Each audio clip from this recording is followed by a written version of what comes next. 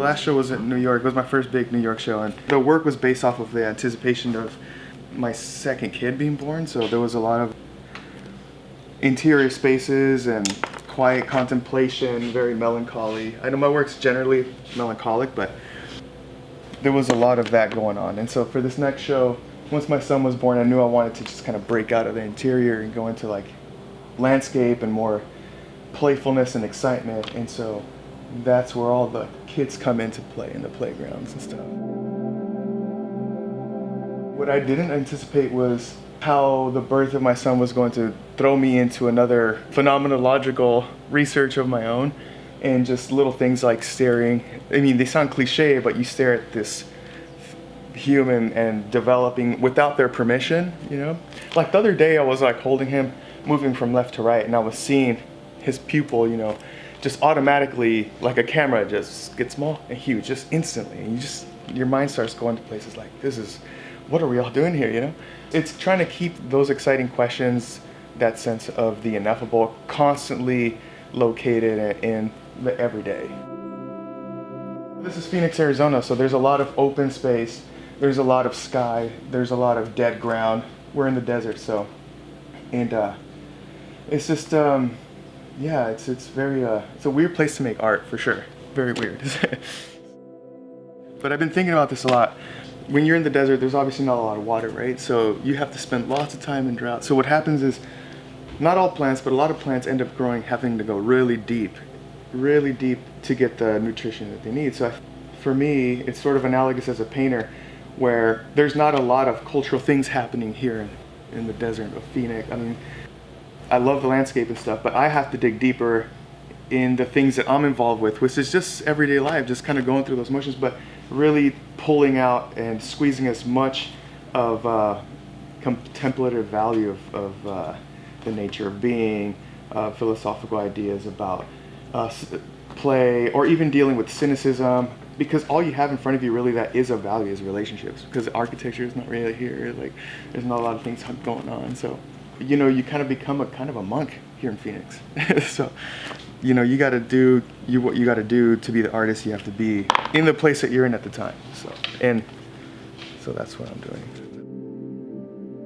Well, these are the kind of clouds you start to get towards like the dead heat of summer during monsoon season. These giant cumulus clouds that have this orange on top. They seem to be kind of like a wave coming over you.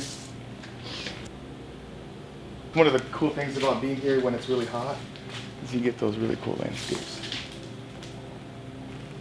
There's a lot of dithering in my work, but I don't mind it.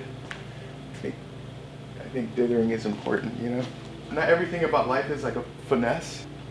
That's why I really do allow a lot of, I allow little cheesy failures in my work. Like if awkward, things painted awkwardly.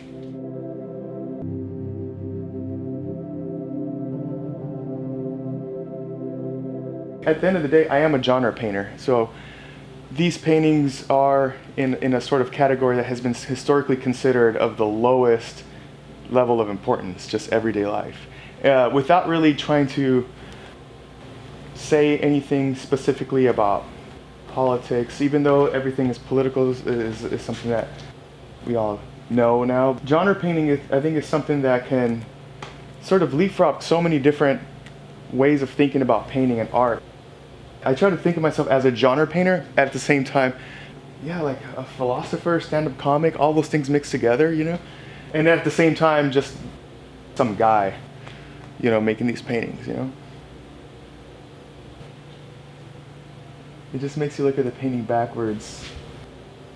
It's almost like seeing it slightly fresher, so that anything really off with the composition would immediately pop up. Or any repetitive shapes or things like that, you can kind of see them a little bit easier through here. One of the recurring themes in my work has been the bubble.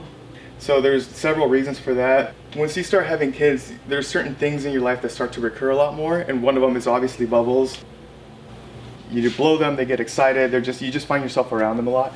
I adopted that as sort of a motif in my work because it was, to me, a symbol and a reminder of that state of mind that was a little more naive, but at the same time had a sense of awe and wonder about the simple things. And then as I researched it, I found out that around the 17th century there was this Latin phrase called homo buia, which means man is a bubble.